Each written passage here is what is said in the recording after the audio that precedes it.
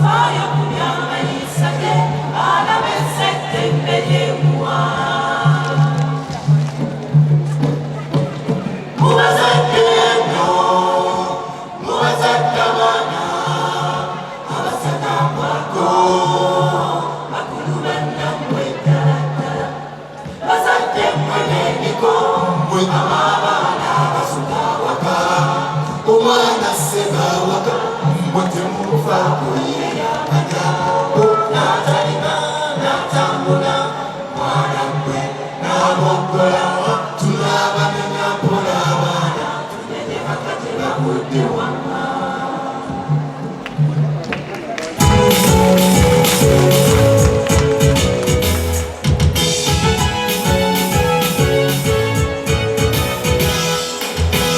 Okolerya matendo musino no yekikira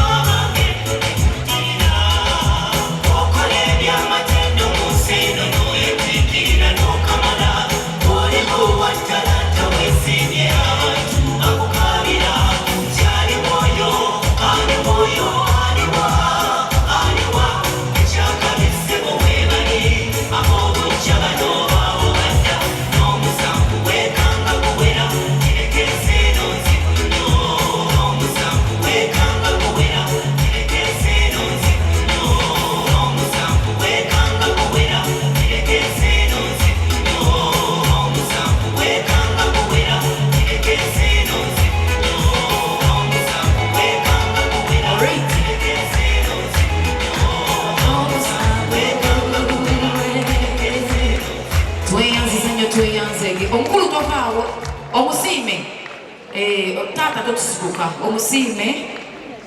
omukulu Paul Saka olwaleero oli under arrest. Waliwo oluyimba amasomero gonna nga gagamba gasiimye. Mbadde nsaba mukama wange balukole ngero otudde ku ntebe awo bwe balumaliriza awo nkujje ku busibe kibonerezo oba okimazeeyo. Mwebale nnyo mwebalire ddala mwagambe mwe bakasangwawo bannantagambwako bannantakogga naye kyensinza obbaagalako ne t-shirt eriko akabonero k'essomero mukyayagala. I'm super proud of you guys. Thank you so much for loving where you all came from. Kati katufune oluyimba ng'amasomero gagamba omukulu Saka kiri ekitiyo kiri kyewayogeddeko kyoti ennyo. Kati oyogereko mu maaso n'engoma tugikwatemu tweyongerereyo ddala mu maaso. Naye nakugambyeko nti oli simaati owedda sinaba oli simaati wafulumye mu njogera eyaffe ate kokomuze oli wamudembe obuteri ddala wafulumye. Amasomero gagenda kuba gasiima omukulu Paul Saka ku lw'ebyo byabawadde. Naye bannaaye ange naatera okubayita mu nsiime agenda kumbuuza ebibuuzo mujja kunsiima lwampaka timina kikola. Are we good to go? Kati babebe katono nnyo DJ mwegenderezaako emabe mweyongereko eyo muyinza okusanyuka ne muyitako awe stage mukijjukira nti gyeri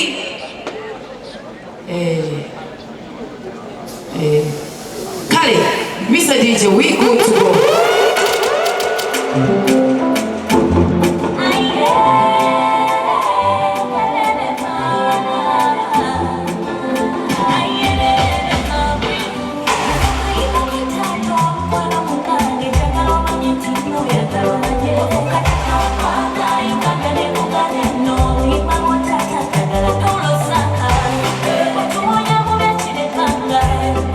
Somesa wa fe wetata, oyi bigala na fe kala, kuti kutero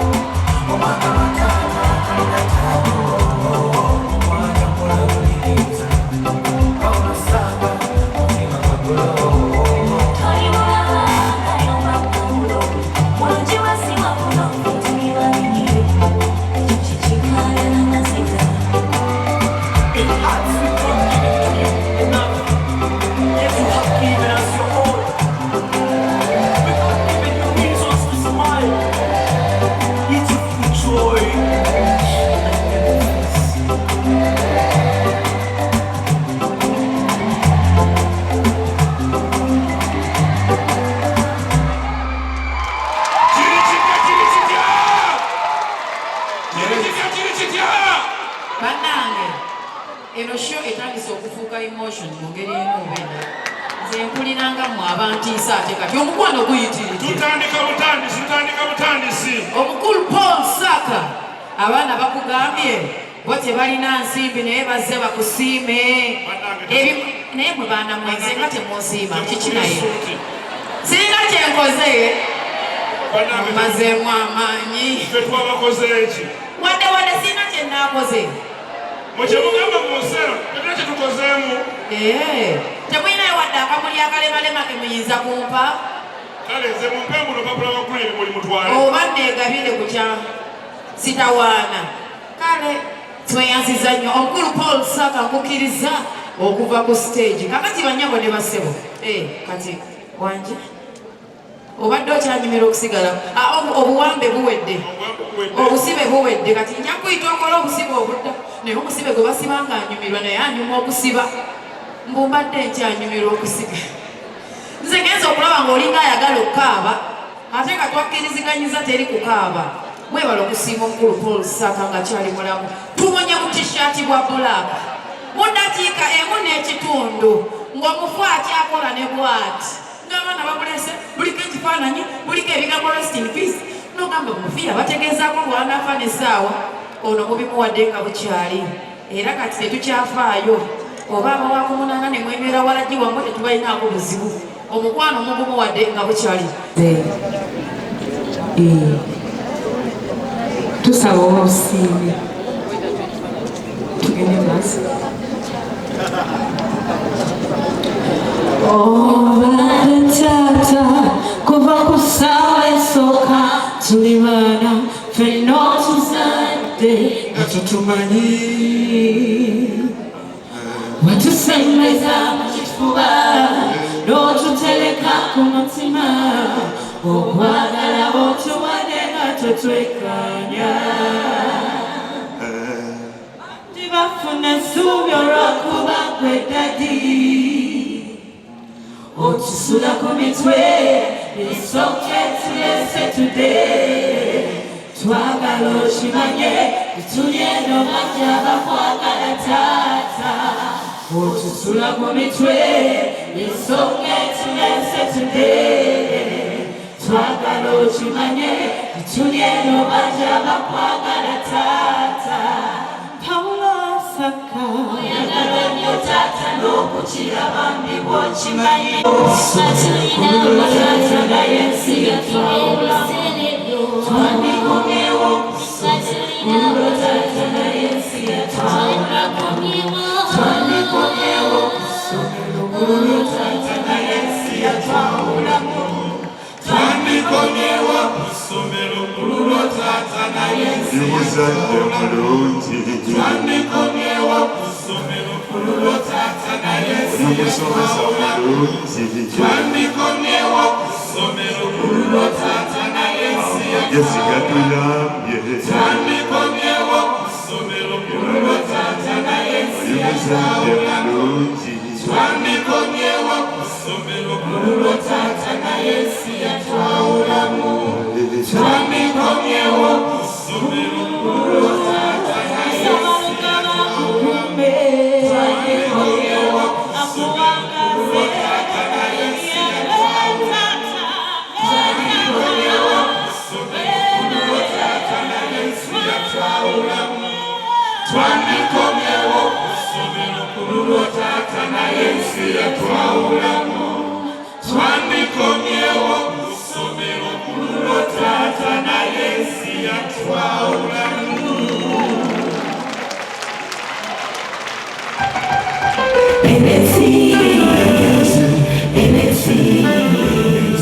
akagambo akambi akatalina mumanyi sinukirukule lwoyitamu nogenda watuuka kucononya ensi lutaluse kuzanya watu aise